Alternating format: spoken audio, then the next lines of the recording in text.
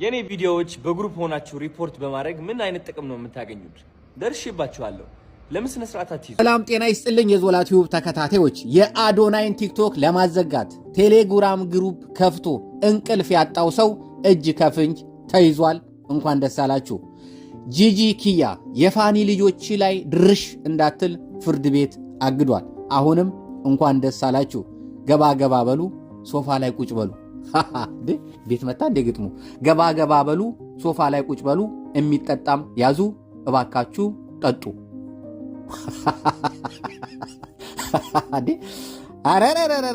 በቃ ስለዚህ ገጣሚ መሆን አለብኝ ማለት ነው። የሚገርም ነው። እስኪ ሌላ ግጥም ልሞክር። የኔማ ጂጂዬ እንደምን አለሽ ፍርድ ቤት ገባሽ?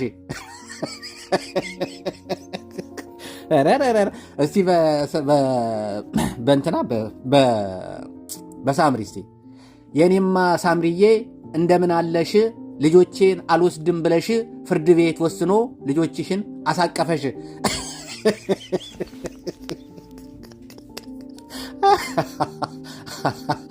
እንዴ ቅር እንዳይለው አንድ የመጨረሻ ለፋኒ የኔማ ፋኒዬ አንተ የኛ ንጉስ ልጆችህን እቅፍ አድርገ ስታሳድግ ነበር። አሁን ግን በስተመጨረሻ ለእናቱ አስረክብሃል። የምትፈልጋትን ችንክ ጠብሰህ የምትፈልገው ቦታ እየተዝናና እንደምትፈልገው ኑር።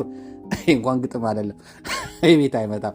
እሺ ለማንኛውም ወደ ቁም ነገሩ ስንሄድ የነ ፋኒ ጉዳይ ለምን እንደው አላውቅም። በእውነት ነው የምለው እኔ በፋኒና በሳምሪ መሃል ላይ ከተጣሉ በኋላ የምሰራቸው ቪዲዮዎች አይታችሁ ከሆነ የምናገራቸው ቃላቶች የመጀመሪያ ቪዲዮ ተለማምጬ ለምኜ ምናምን ነበር። ለምን በጣም ውስጤን የተሰማኝ ነገር ነው። ያን የመሰለ ፍቅር፣ ያን የመሰለ ክብር፣ ያን የመሰለ ግርማ ሞገስ በእውነት ነው የምለው ማጣት በጣም ከባድ ነውና የመጀመሪያ ቪዲዮ ላይ እንደውም አንድ ልጅ ደውላ ምንድን ያለችኝ በእውነት ነው የምለው ዞላ ምን አለ ቀደም ብለህ ይህን ንግግር ተናግረህ ቢሆን። እኔ ምን እንዳልኩ አላስታውስም፣ ስናደድ ማደገው ነገር ስለማላቅ ይህን ያንተን ንግግር ሰምቼ ቢሆን ትዳሬን አልፈታም ነበር ያለች ልጅ ያለች። ከምሬ ነው የምለው እና በጣም ያቆሰለኝ ትዳር ስለሆነ ነው። 7 ዓመት ሙሉ ነው ጂጂ ኪያ ይሄን ትዳር። አንድ ሰው ግን በክፋትም ከታገለ በመልካም ነገርም ኑሮንም ለመቀየር ከታገለ ስኬታማ እንደሚሆን በክፋትም ስኬታማ እንደሚሆን በጂጂ ኪያ ነው ያወቅኩት። 7 ዓመት ነው ይሄን ትዳር ለማፍረስ ስትታገል የነበረው። በመጨረሻ ግን ይኸው ጸናላ። በ7 ዓመት በኋላ ተመልሶ ራሷን ቢወጋትም ተሳክቶላታል። ልጇን ከትዳሯ ለያይታታለችና በጣም ያንገበግበኛል፣ በጣም ያሳዝነኛል። በመጨረሻ ደግሞ አሁን ልጆቹ ምንም የማያውቁት ልጆች አያት ጋር እናት ጋር አፕል እየተከለከሉ አይታችኋላ። አፕሌን እንዳትበሉ እንዳትነኩት፣ አፕል የራሴ አፕል ነው ምናምን ስትል እናትየዋ በሞላበት አፕል። በነገራችን ላይ 1 ኪሎ ምናልባት በነሱ እንትን 1 ኪሎ አፕል 2 ዩሮ ወይ 1 ዩሮ ቢሆን ነው ይሄ እናንተ የምትልኩላት የአንድ አበባ ወይ የሁለት አበባ ዋጋ ነው። 3 አበባ ብትልኩላት 1 ኪሎ አፕል ትገዛለች። 3 አበባ ብትልኩላት ምንም ማለት አይደለም፣ ግን የዛን ያህል ነው። እና ለዛም ነው አሁን ፍርድ ቤት ልጆቼ ጋር እንዳደርስ አሳግዳለሁ ብሎ እየጣረ ያለውና በጣም ነው የሚያሳዝነው። እንግዲህ ያው ተለያይተዋል። ልጆቹንም እንግዲህ ወደ ሳምሪ ሄደዋል። አሁን ተመልሰው ፋንዲሻ እያረረ ይስቃል። ጂጂጊያ ግን ስጨፍር ነበር፣ ስትደሰት ነበር። ልጆቹን አልፈልግም ብለ የሰጣቸው ፍርድ ቤትን ግን እንዲስል አሁን ግራ ገባቸው። ገባችሁ? የትም መሄድም የለማ፣ እንደ ልብ ቲክቶክ ላይ መዝለል የለማ፣ በልጆቹ ስም አበባ መለመን የለማ። በጣም ብዙ ነገር ነው የቀረባቸው። ስለዚህ ልጆቹ ቪዲዮ ላይ አይገቡም። አሁን ደግሞ አያትየዋ ድርሽ አትልም ከተባለ ደግሞ ሳምሪ ራሱ ማን ነው የሚያግዛት? ስለዚህ ሰጥ ለጥ ብላ ልጆቿን ነው የምትይዘው ማለት ነው። እሱም ደግሞ በ15 ቀን አንዴ ሮብ ቀን አንዴ እያለ ዘና እያለ መሄድ ፈልግበት ቦታ እያደረገ ስራውን እየሰራ በጣም የሰራ ሰው ነው፣ የለጡ ሰው ነው። ሰው ግን ምንድነው በተንጫጫ ይመስለዋል። ጂጂ ኪያ በተንጫጫች በጨፈረች ምናምን፣ ግን የሳቀ ሁሉ የጨፈረ ሁሉ አሸንፍ ያለ ሁሉ እውነት አይደለም። የእሱ እርጋታውን አይታችኋል እንዴት እንዳስረዳ፣ በጣም የሚገርም ነው። ለማንኛውም በጣም ስለተናደርኩ ወደ እነሱ ስለነሱ አበዛው። አይታችኋል፣ የሰምታችሁት ነው። እንዱ ያልሰማችሁትን ወደነ ጆን ዳንኤልና ወደነ አዶናይ ብመለስ ይሻላል። ወደ ሁለቱ ሰዎች ልመለስና ስለነሱ ሳነሳ በጣም ስሜታም ስለመሆን ነውና ስሜቴ ዞላ ተቆጣጠር፣ ራስን ተቆጣጠር፣ ተመለስ፣ ወደና አዶናይ ተመለስ። ዞላ ራስን ተቆጣጠር፣ ውሃ ጠጣ፣ ፍቅር ነይ እስቲ ነይ ውሃ ቀብኛ እንዴ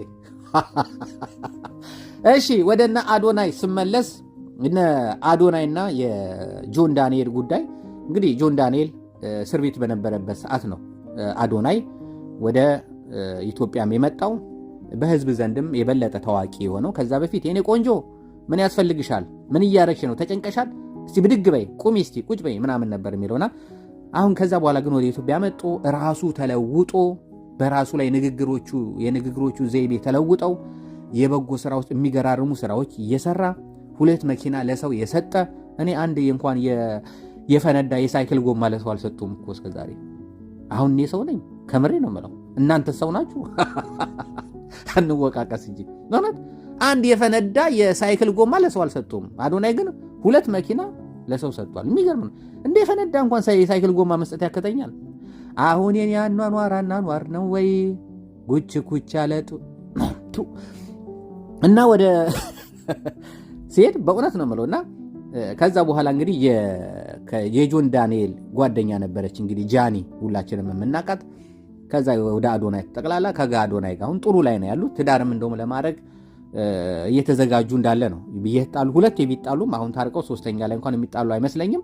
አሁን ታርቀው በጥሩ ሁኔታ ላይ ነው ያሉት። እንደውም ያረገዘችም የቋጠረችም ይመስላል። ወዷ በጣበጥ እያለ ነው። ያርግላቸው፣ በፍቅር ይኑሩ። ከዛ በኋላ ግን የጆን ዳንኤል እና የአዶናይ ጉዳይ በአካልም በነገራችን ላይ ተገናኝተዋል። ከዚህ ቀደም በአካል ተገናኝተው እንዲተቃቀፉ አድርገዋቸዋል። ተቃቅፈዋልም አውርተዋልም። ሁለቱ ላይ ይህን ህዝብ እንደሚለው መጥፎ ነገር የለም። ግን አሁን ምንድን ነው የአዶናይ ቲክቶክ በየጊዜው ሪፖርት እየተደረገ ቪዲዮዎች እየወረዱበት ነው። ይህንን እሱ ለህዝብ አሳወቀ። ህዝቦይ፣ የኢትዮጵያ ህዝቦይ ወቁልኝ፣ ቲክቶኬ ላይ ቪዲዮዎቼ እየወረዱ ነው ያሉት፣ ሪፖርት እየተደረገብኝ ነው ያለው፣ ማንነቱንም አውቄዋለሁ፣ እያጣራው ነው ያለሁት ብሏል። ስለዚህ አውቆታል ማንነቱን፣ የሌባው ማንነት። ወዲያው ግን ህዝብ ደግሞ ግልብጥ ብሎ ይሄን ሪፖርት የሚያደርገው ጆን ዳንኤል ነው ብሎ ሰዎች ጆን ዳንኤልን ደግሞ መውቀስ ጀምረዋል ማለት ነው። የጆን ዳንኤል ስም ለማጥፋት ይመስለኛል ጆን ዳንኤል። ይሄም ሆነ ያ ግን የሚያወሩ ሰዎች ቲክቶክ ላይ ያወራሉ። የሚያወሩ ሰዎች በነገራችን ላይ ያው ቲክቶክ ሰዎች ትኩረት እንዲሰጧቸው ወይ ደግሞ በምን አይነት ርዕስ ምን አርገን እንጫወት የሚሉ ናቸው እንጂ ሁለቱም ቢዚ ናቸው። ጆን ዳንኤል ይህን ያህል ቲክቶክ፣ ቴሌግራም ግሩፕ ከፍቶ ሰዎችን ፎሎ አድርጉ ብሎ ሰዎችን ሰብስቦ ሪፖርት እንዲደረግ የሚያደርግ ጊዜ የለውም ልጁ። አይታችኋል በቅርብ ቀን አይደል ለ10 ሺህ በላይ ሰዎች ነው ውሃ እንዲጠጡ የውሃ ጉድጓድ አስቆፍሮ አውጥቶ የ10 ሺህ ሰዎች ውሃ ጥማቸውን እንዲረኩ ያደረገ ሰው ነው። አሁንም ሌላ ቦታ ለማስቆፈር ጥረት እያደረገ ነው፣ እየሰራ ያለ ሰው ነው። እነሱ አሁን ስራ ላይ ናቸው። በነገራችን ላይ ክፋት ላይ አይደሉም። አድማጮች፣ ይሄን እነሱን ለማጣላት የምጎነጉኑ ሰዎች ሁለቱ ስራ ላይ ናቸው። በነገራችን ላይ ሁለቱም መልካም ስራ ነው የሚሰሩት። እኔ እንደዚህ እንዲሉኝ ሰዎች ላይክ እንዲያደርጉ ላይክ ያደርጋሉ። ይኸው አላረግሽም ዳቺ አረ ላይክ አድርጊ።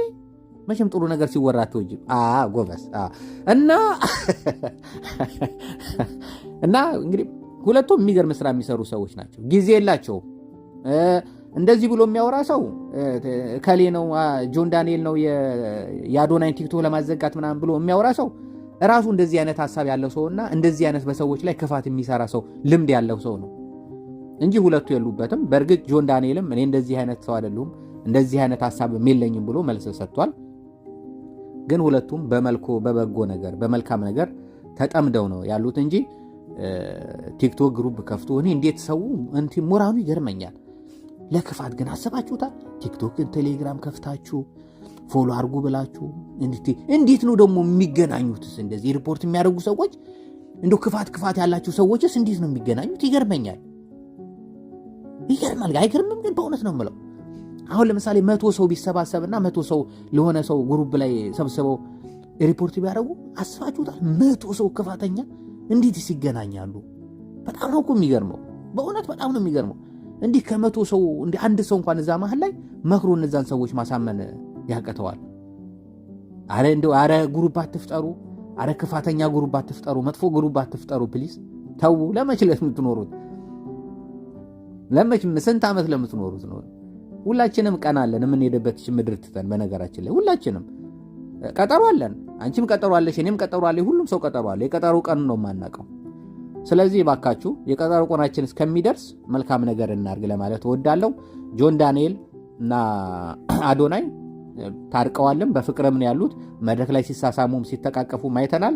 ይሄን ያህል እነዚህ ወርደውም ደግሞ እንደዚህ እናንተ የምታወሩትን በቲክቶክ ላይ ማለት ነው የምታወሩትን ወሬ የሚያረጉ ሰዎችም አይደሉም። መልካም ስራ ላይ የተጠመዱ ሰዎች ናቸው። ፈጣሪ አሁንም ጸጋውንም ብርታቱንም ብሩንም በረከቱንም በጎ የሚያረጉበትንም ልቦና ፈጣሪ ያጽናላቸው ያበርታቸው። ይሄን ነው የምለው። ስለተከታተላችሁኝ ስለ ሁሉም ነገር በጣም አመሰግናለሁ። ያያ ዞላ ያያ ዞላ ያያ ዞላ ያያ ዞላ